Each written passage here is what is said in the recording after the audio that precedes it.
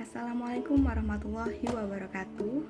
Pada kesempatan kali ini di mata kuliah pemahaman peserta didik dan pembelajarannya, kami dari kelompok 4 yang beranggotakan 6 anggota kelompok.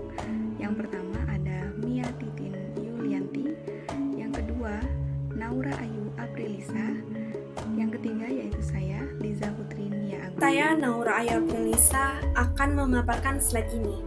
Pada slide ini akan membahas apa itu culturally responsive teaching. Kita semua telah mengetahui bahwa Indonesia merupakan negara yang kaya akan budaya. Dalam ranah pendidikan di Indonesia, peserta didik tentunya memiliki latar belakang budaya yang beragam.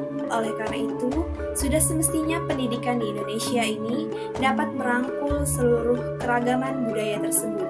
Dengan cara apa? Dengan cara memberikan hak yang sama dalam pendidikan tanpa membeda-bedakan latar belakang budaya.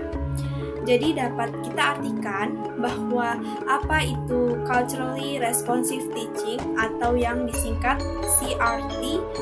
CRT merupakan suatu metode pembelajaran yang berfokus pada adanya persamaan hak setiap peserta didik untuk mendapatkan pengajaran tanpa membedakan latar belakang budaya mereka. Dalam dunia pendidikan, pembelajaran tanggap budaya adalah model pendidikan teoritis yang tidak hanya bertujuan meningkatkan prestasi peserta didik, tetapi juga membantu peserta didik untuk menerima dan memperkokoh identitas budayanya. Selanjutnya, saya Mutiara Bung Tapakirla akan menjelaskan mengenai preposisi pendidikan tanggap budaya. Seperti yang telah dipaparkan sebelumnya, pendidikan tanggap budaya adalah model pendidikan teoritis yang tidak hanya bertujuan meningkatkan prestasi peserta didik, tetapi juga membantu siswa menerima dan memperkokoh identitas budayanya.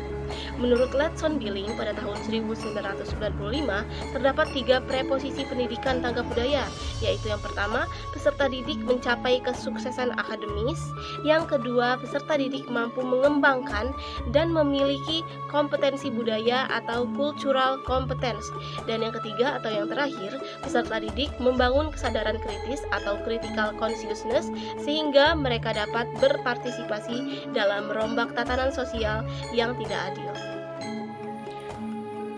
Prinsip aplikasi pendidikan tanggap budaya. Menurut Ger dan kawan-kawan 2019, setidaknya terdapat 5 panduan atau prinsip aplikasi pendidikan tangkapan budaya, yaitu 1. Pentingnya budaya. Budaya adalah totalitas dari pengetahuan, gagasan, keyakinan, nilai-nilai, norma, perilaku, dan benda-benda material yang diperoleh dan dimiliki oleh suatu kelompok sosial. Ini mencakup aspek materi dan imateri serta interaksi antar individu, kelompok, dan lingkungan fisik. Kemudian yang kedua, pengetahuan terbentuk sebagai bagian dari konstruksi sosial, yaitu budaya berperan penting di dalam membentuk pola pikir dan moralitas individu serta menjaga keharmonisan dalam masyarakat. Kemudian yang ketiga, inklusivitas budaya, yaitu budaya adalah sistem nilai-nilai, norma-norma, dan tata tertib yang diterima dan dipelihara oleh suatu kelompok masyarakat. Yang keempat adalah prestasi akademik tidak terbatas pada dimensi intelektual ansich. Budaya mempengaruhi cara orang berpikir, berperilaku, berhubungan satu sama lain. Ini juga menunjukkan bahwa prestasi akademik tidak hanya terbatas pada dimensi intelektual, tetapi juga dipengaruhi oleh nilai norma dan perilaku yang dianut dalam budaya. Yang kelima adalah keseimbangan dan keterpaduan antara kesatuan dan keberagaman. Budaya mencakup praktik-praktik sosial, simbol-simbol, dan nilai-nilai yang mempengaruhi cara orang berpikir, berperilaku, dan berhubungan satu sama lain. Ini menunjukkan pentingnya menciptakan keseimbangan dan keterpaduan antara kesatuan dan keberagaman dalam budaya untuk membentuk identitas individu dan kelompok serta memediasi hubungan sosial. Assalamualaikum warahmatullahi wabarakatuh. Saya Noviani. Pada kesempatan ini saya akan memaparkan sedikit mengenai karakteristik guru tanggap budaya. Menurut Philadelphia Lucas, ketika membahas mengenai karakteristik guru tanggap budaya, mengungkapkan 6 karakteristik, yaitu mempunyai kesadaran sosiokultural, mempunyai afirmasi terhadap keragaman latar belakang peserta didik, mempunyai kepercayaan diri dalam mengembang tugas, memahami bagaimana peserta didik mengkonstruksi pengetahuan dan mendorong peserta didik mengembangkan konstruksi pengetahuan itu sendiri, mengetahui pola hidup peserta didik, dan mampu menggunakan informasi mengenai pola hidup tersebut untuk mendesain pembelajaran yang bermakna.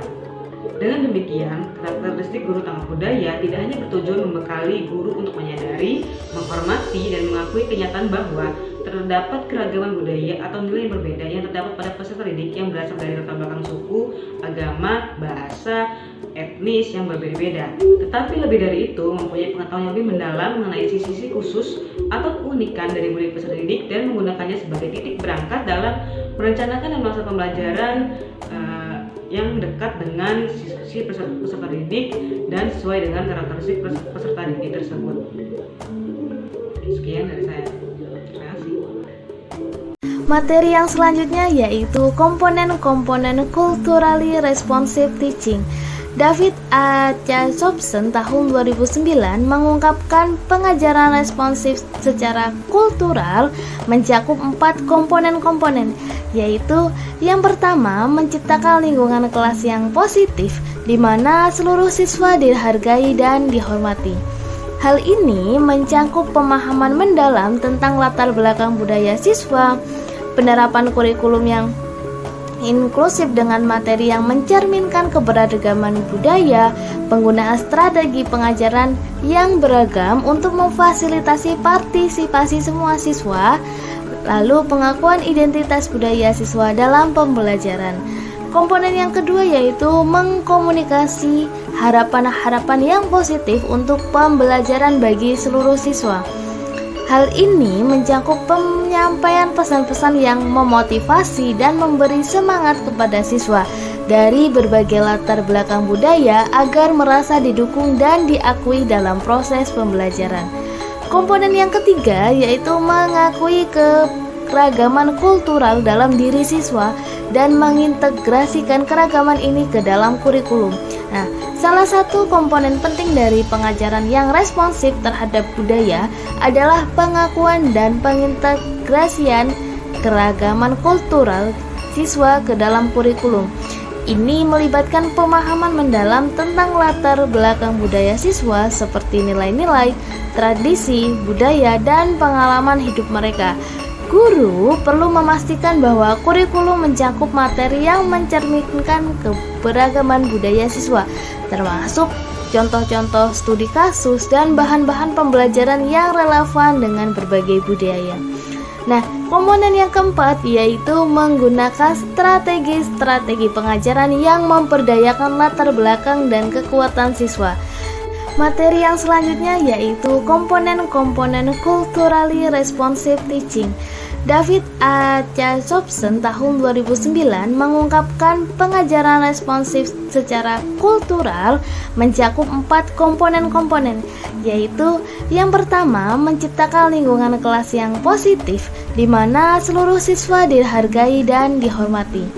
Hal ini mencakup pemahaman mendalam tentang latar belakang budaya siswa, penerapan kurikulum yang inklusif dengan materi yang mencerminkan keberagaman budaya, penggunaan strategi pengajaran